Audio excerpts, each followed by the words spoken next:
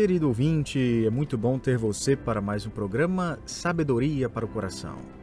Hoje estudaremos do capítulo 11 ao capítulo 14 de Jó, e o título da nossa mensagem é O Dia Após a Sua Morte.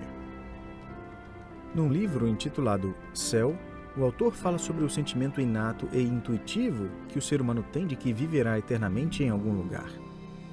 É verdade, conforme a palavra de Deus afirma em Eclesiastes 3:11, que Deus pôs a eternidade no coração do homem.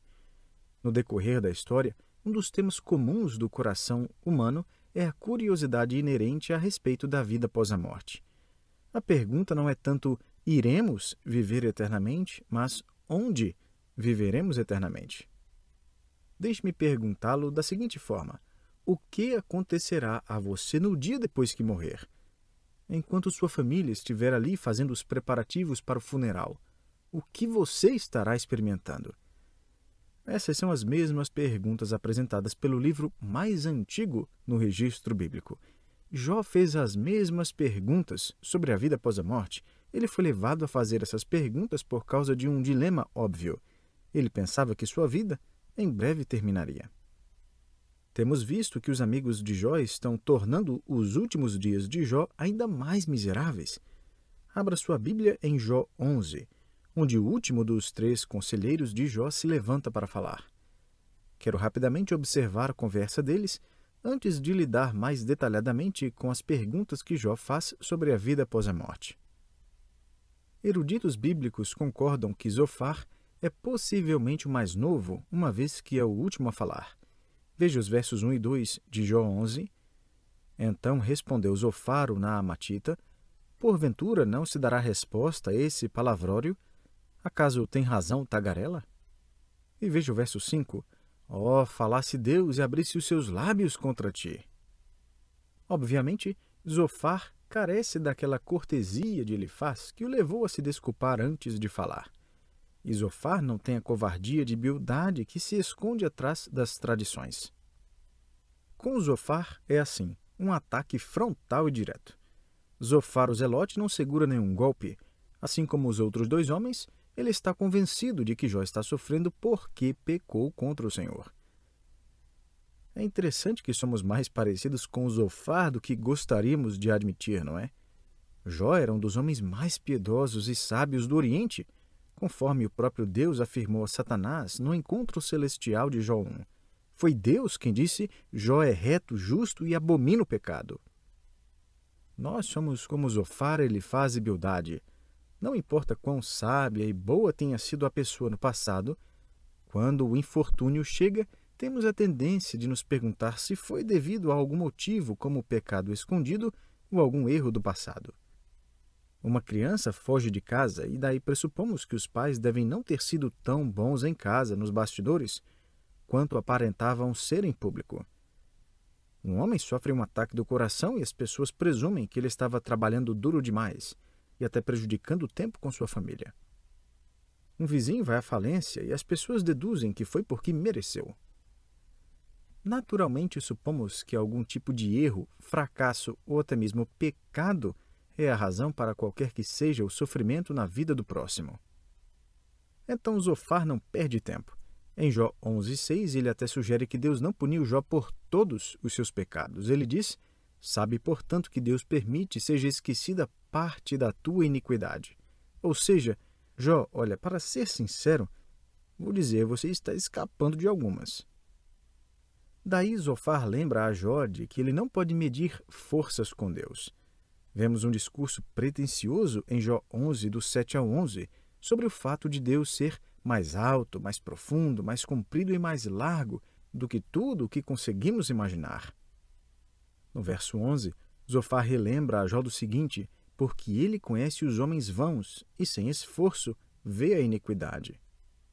Ou seja, Jó, Deus sabe que você é um hipócrita, ele sabe. Em seguida, Zofar insulta Jó no verso 12, mas o homem estúpido se tornará sábio quando a cria de um asno montês nascer homem. O adjetivo hebraico traduzido como estúpido se refere a uma pessoa de moralidade oca, vazia, um homem irracional e sem bom senso. Em nossa linguagem coloquial, chamaríamos esse homem de cabeça oca. Podemos expandir a tradução a fim de captar melhor o insulto direto de Zofar a Jó. Jó, um homem cabeça oca e tolo como você, conseguirá entendimento quando um burro der à luz um ser humano. Pare aqui por um instante e visualize só esse cenário. Tente se colocar ali no lugar de Jó, sentado naquele montão de cinza no aterro sanitário da cidade. Você perdeu quase tudo. Faz dias que não consegue dormir, sua pele coça descontroladamente e a febre é alta. Você está arrasado e praticamente delirando por causa da perda de seus 10 filhos de sua família. Sua fonte de renda se foi e agora os seus melhores amigos se viraram contra você. O expositor Wiersbe escreve com precisão: como é triste quando pessoas que deveriam servir com um ministério acabam criando miséria. Zofar diz em Jó 11, do 13 ao 14, arrependa-se, Jó, seja honesto e confesse seu pecado. Se fizer isso, vai até conseguir sua vida de volta. Se não, daí ele termina dizendo no verso 20, os olhos dos perversos desfalecerão, o seu refúgio perecerá, sua esperança será o render do espírito. Com essas últimas palavras, Zofar arranca a vida da alma de Jó. Ele o condena a morrer sem esperança de escape, ao menos que Jó siga seu conselho e se arrependa de seus pecados secretos. Esse deve ser o momento mais baixo na vida de Jó. Pronto, os 3 amigos já se pronunciaram. Um após outro afastou Jó para mais e mais distante da esperança. Jó responde a todos os 3 conselheiros com suas próprias palavras amarguradas no capítulo 12. Veja o verso 2. Na verdade, vós sois o povo, e convosco morrerá a sabedoria. Ele está dizendo, evidentemente, vocês 3 detêm toda a sabedoria do mundo. Eu acho que quando morrerem não haverá mais sabedoria nenhuma no planeta. E ele continua e retruca essa verdade dizendo no verso 3, também eu tenho entendimento como vós. Ele diz, eu não sou um cabeça oca como você está sugerindo, Zofar. Sei que sou uma piada para vocês agora. Vocês riem da minha tentativa de defender a integridade do meu caráter. Veja Jó 12:4. Eu sou irrisão para os meus amigos. Eu que invocava a Deus e ele me respondia. O justo e o reto servem de irrisão. Vão em frente, zombem da minha cara, podem me xingar, mas eu não sou inferior a vocês. Ele repete isso novamente em Jó 13:2. Como vós o sabeis, também eu o sei, não vos sou inferior. Jó afirma com efeito, eu conheço Deus tanto quanto vocês. Em seguida, Jó apresenta sua própria descrição do caráter e do poder de Deus. Em Jó 12, do verso 13 ao 22, com Deus está a sabedoria e a força, ele tem conselho e entendimento. O que ele deitar abaixo não se reedificará, lança na prisão e ninguém a pode abrir. Se retém as águas, elas secam, se as larga, devastam a terra. Com ele está a força e a sabedoria, seu é o que erra e o que faz errar. Aos conselheiros leva os despojados do seu cargo e aos juízes faz desvairar. Dissolve a autoridade dos reis e uma corda lhe cinge os lombos. Aos sacerdotes leva os despojados do seu cargo e aos poderosos transtorna. Aos eloquentes ele tira a palavra e tira o entendimento aos anciãos. Lança desprezo sobre os príncipes e afrouxa o cinto dos fortes. Das trevas manifesta coisas profundas e traz à luz a densa escuridade. Jó diz, eu sei de tudo isso. Ele fala em Jó 13:1, eis que tudo isso viram os meus olhos, e os meus ouvidos o ouviram e entenderam. Ou seja, nada disso é novidade. Jó ainda chama seus conselheiros de médicos que não valem nada, em Jó 13:4. Vocês usam tratamento que não ajuda nada. Os remédios que vocês receitam apenas pioram os sintomas. Contudo, não importa o quanto piore, não importa o que Deus faça comigo. Na verdade, mesmo se Ele tirasse a minha vida, eu ainda o chamaria de meu Deus e ainda esperaria nele. Veja a declaração maravilhosa em Jó 13:15. Eis que me matará, já não tenho esperança, contudo, defenderei o meu procedimento. Esse é o verso do qual muitos se lembram quando pensam na perseverança de Jó. A essa altura, tendo estudado os 12 primeiros capítulos deste livro com você, fico ainda mais maravilhado e admirado com a reação de Jó. Sim, Jó passou no teste. Ele clama: apesar de Deus me tirar a vida, minha esperança final se encontra nele. Em seu ponto mais baixo, Jó recusa blasfemar contra Deus. Nós também podemos passar nesse teste. Se ele pode, nós também podemos. Confiança incondicional em Deus existe, sim. Pode existir obediência sem garantias. Pode haver fé sem cura ou prosperidade. Apesar de não ser fácil, pode existir confiança em meio às tribulações mais difíceis. Vamos passar agora aos questionamentos de Jó, vida após a morte. Entenda que, apesar de Jó passar no teste, ele ainda está profundamente tomado do sentimento de que sua vida em breve terminará. Apesar de mais adiante ele declarar sua fé no Redentor vivo, neste momento, em Jó 14, em sua dor, Jó está muito perturbado e de seus lábios procedem perguntas profundas. Ele sinceramente não sabe se Deus irá ou não feri-lo com a morte. Então Jó pede a Deus em Jó 14, 13, que me encubras na sepultura e me ocultes até que a tua ira se vá. Jó se pergunta: se Deus fosse me lançar no Sheol, isto é, sepultura, se eu fosse morrer, o que aconteceria depois?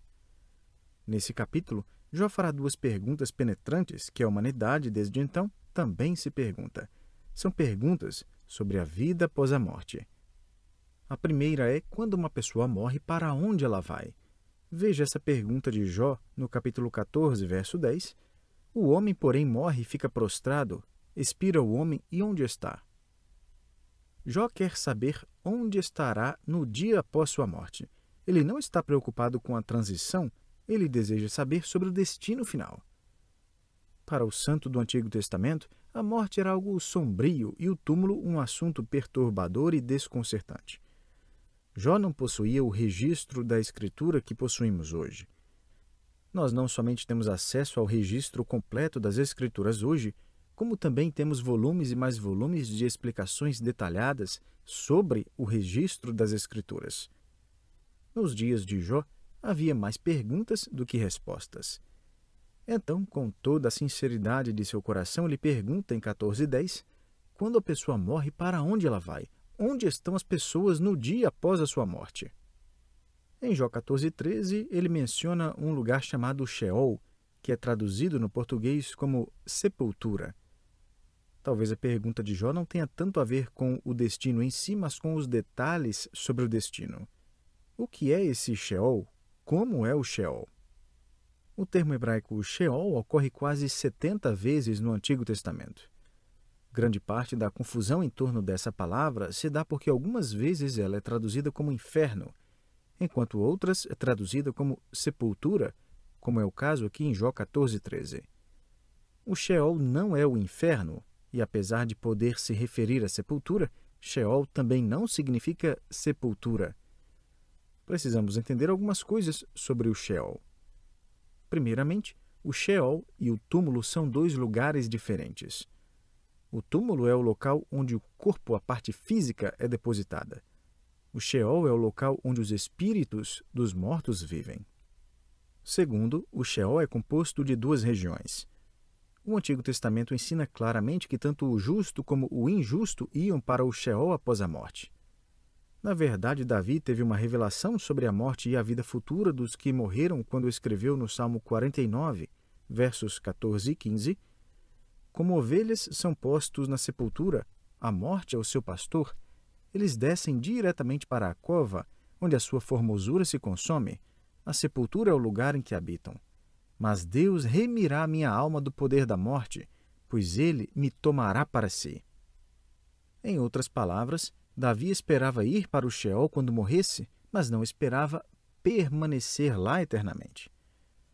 No decorrer do Antigo Testamento, o termo Sheol foi usado para se referir à região dos espíritos que haviam deixado o corpo. B.B. Warfield, um grande teólogo de uma geração atrás, comentou: desde o princípio de sua história, conforme registrada, Israel teve a firme convicção da continuação da alma na vida após a morte. O corpo é depositado na sepultura e a alma parte para o Sheol. Antes de Jesus Cristo ter aparecido no planeta como Salvador sofredor, o Antigo Testamento já tinha sido traduzido para o grego. Essa tradução ficou conhecida como a Septuaginta por causa dos supostos 70 tradutores que participaram da sua produção. Tanto o Senhor Jesus como os apóstolos usaram citações da Septuaginta. Quando a palavra Sheol aparecia, ela era traduzida com o termo Hades. De fato, posteriormente, quando o Novo Testamento citava uma passagem do hebraico, a palavra Sheol sempre era traduzida como Hades. O Hades e o Sheol, então, são o mesmo lugar. Mais uma vez, o Hades não era uma referência à sepultura, mas ao lugar dos espíritos que tinham deixado o corpo. O mistério em torno do Sheol e do Hades é esclarecido nas pregações de Jesus Cristo. Ele revelou um acontecimento envolvendo 2 homens mortos, cujos espíritos tinham ido para o Hades. O Evangelho de Lucas registra a morte de 2 homens, um rico descrente e um pobre crente. Nessa pregação, Cristo confirma a perspectiva das 2 regiões incluídas no Sheol ou no Hades. Ele ensinou em Lucas 16, a partir do verso 22, aconteceu morrer o mendigo e ser levado pelos anjos para o seio de Abraão. Morreu também o rico e foi sepultado. No inferno, estando em tormentos, levantou os olhos e viu ao longe a Abraão e Lázaro no seu seio. Então, clamando, disse: Pai Abraão, tem misericórdia de mim, e manda a Lázaro que molhe em água a ponta do dedo e me refresque a língua, porque estou atormentado nesta chama. Disse, porém, Abraão: Filho, lembra-te de que recebeste os teus bens em tua vida, e Lázaro igualmente os males. Agora, porém, aqui ele está consolado, tu em tormentos. E, além de tudo, está posto um grande abismo entre nós e vós, de sorte que os que querem passar daqui para vós outros não podem, nem os de lá passar para nós. Agora, não entenda isso errado, o homem rico não findou no Hades porque era rico, mas porque não seguia a Deus. Ele não demonstrou ter relacionamento com Deus por meio do arrependimento de seus pecados. Mais adiante ele mesmo afirma isso. E, por outro lado, Lázaro também não foi para a região de consolo, chamada aqui seio ou presença de Abraão, porque era pobre, mas porque evidentemente havia confiado no Deus de Abraão. Então, a partir desse relato, vamos fazer algumas observações. Primeiramente, essa passagem claramente confirma que o Hades era uma região dividida em 2 partes. Uma região era o local de sofrimento físico e a outra um local de conforto, conhecido como paraíso. Em segundo lugar, essa passagem claramente ensina que o Hades era um local no qual os sentidos físicos operavam em sua plenitude. O descrente clama: quero somente uma gota d'água porque estou atormentado nesta chama. Verso 24. Fica óbvio que existe alguma forma de corpo intermediário concedido aos que morreram. De outra sorte, eles seriam como fantasmas sem percepção sensorial. Eles não precisariam comer ou beber, nem seriam afetados com as chamas do fogo. Não podemos negar o fato de que esse é sim um local de existência física e consciente. Terceiro, essa passagem sugere que os que estão no Hades sabem que merecem estar no lado onde se encontram. Um autor destacou o fato de que esse homem nunca reclama de injustiça. Ele nunca diz: eu não deveria estar aqui. Ele reclama da dor, mas não de injustiça. Quarto, o Hades era um local de memória e emoções. Esse homem, de fato, demonstrará grande fervor pelos perdidos. Ele tem alguns irmãos que sabem que estão indo pelo mesmo caminho. Veja só o que ele fala em Lucas 16, verso 27 ao 30. Então replicou: Pai Abraão, eu te imploro que o mandes à minha casa paterna, porque tenho 5 irmãos, para que lhes dê testemunho, a fim de não virem também para este lugar de tormento. Respondeu Abraão: eles têm Moisés e os profetas, ouçam-nos. Mas ele insistiu: não, pai Abraão, se alguém dentre os mortos for ter com eles, arrepender-se-ão. Você acredita nisso? De repente, esse homem se preocupa com missões, pois esse homem morto é mais fervoroso do que muitos crentes vivos. Talvez seja porque agora ele conhece com certeza a minha quinta observação: o Hades não é mera imaginação. Todo descrente que morre vai para o Hades e, depois do julgamento final, está condenado ao fogo eterno, ao lago de fogo. Segundo Apocalipse 20, O Hades será esvaziado de seus habitantes antes do julgamento do grande trono branco de Deus, no qual serão condenados e lançados dentro do lago de fogo que chamamos de inferno. No momento, as almas dos que morreram sem fé em Deus através de Cristo vão para o Hades, onde sofrem tormentos e aguardam o julgamento final. É de se esperar, portanto, que esse homem desejou que seus 5 irmãos escapassem daquilo. O Hades deixou de ser um local distante em sua imaginação, ele passou a ser bem real, um local físico, e ele ainda se encontra lá. Entenda bem que esse local de tormento, Hades agora e lago de fogo eterno no futuro, não é algo que a igreja inventou para motivar as pessoas a serem boazinhas umas com as outras, para assustar pessoas a fim de que sejam boas. Não. Esse não é um local que poderíamos sequer conceber em nossa própria mente independente do registro bíblico inspirado. O inferno, assim como o Hades, é um local literal. Neste momento, o Hades abriga aqueles marcados para o julgamento final. O lago de fogo é um local eterno de julgamento e tormento. Pedro escreveu em 2 Pedro 2,9: O Senhor sabe livrar da provação os piedosos e reservar, sob castigo, os injustos para o dia do juízo. Meu amigo, o inferno não é uma favela, não é o trânsito em horário de pico, não é um relacionamento desastroso, nem um dever complicado. O inferno não é pobreza nem alguma doença. Inferno não existe aqui na Terra. Não importa quão ruins sejam as coisas aqui, nada se compara a esse local eterno e literal de tormento. Onde você estará no dia após a sua morte? O apóstolo Paulo disse o seguinte para aqueles que creem no Evangelho de Cristo: estamos em plena confiança, preferindo deixar o corpo e habitar com o Senhor. 2 Coríntios 5,8. Nós também receberemos alguma forma de corpo intermediário para que desfrutemos da presença de Cristo. Nós teremos lábios para falar e louvar, teremos emoções e capacidade sensorial, assim como o velho Lázaro. Paulo diz com efeito: a alma, estando ausente do corpo, está presente com o Senhor. Ele também disse aos crentes tessalonicenses que quando os crentes que morreram e que agora estão com Deus vierem com Cristo na ocasião do arrebatamento da igreja, seus corpos serão ressuscitados da sepultura e reunidos a seus espíritos. Então eles serão despidos do corpo intermediário e revestidos de um corpo glorificado permanente, junto com todos aqueles que estiverem vivos quando Cristo vier buscar sua igreja. Agora, o que aconteceu com aqueles que, assim como Lázaro, foram para o Hades, porém eram justos, aqueles que foram para o local de consolo chamado paraíso? Por que os que morrem agora vão para o céu e não para o paraíso? João escreveu em Apocalipse 20 que os habitantes do Hades serão lançados no lago de fogo eterno após o julgamento final. Portanto, não pode haver crentes lá, quer do Antigo ou do Novo Testamento. O que aconteceu com eles? Paulo escreveu em Efésios 4,8: quando desceu, Cristo levou cativo o cativeiro. Ou seja, Cristo removeu esses crentes do Hades e os conduziu ao céu preparado por sua palavra em questão de instantes. Paulo diz ainda mais adiante, em Efésios 4, versos 9 e 10, ora, que quer dizer subiu, senão que também havia descido até as regiões inferiores da terra? Aquele que desceu é também o mesmo que subiu acima de todos os céus para encher todas as coisas. Colossenses 2 parece mencionar esse evento histórico quando Cristo desceu ao Hades, não para sofrer de alguma forma no inferno, mas com um propósito: proclamar a notícia de seu triunfo sobre Satanás, e conforme Paulo escreve em Colossenses 2,15, publicamente os expôs ao desprezo, triunfando deles na cruz.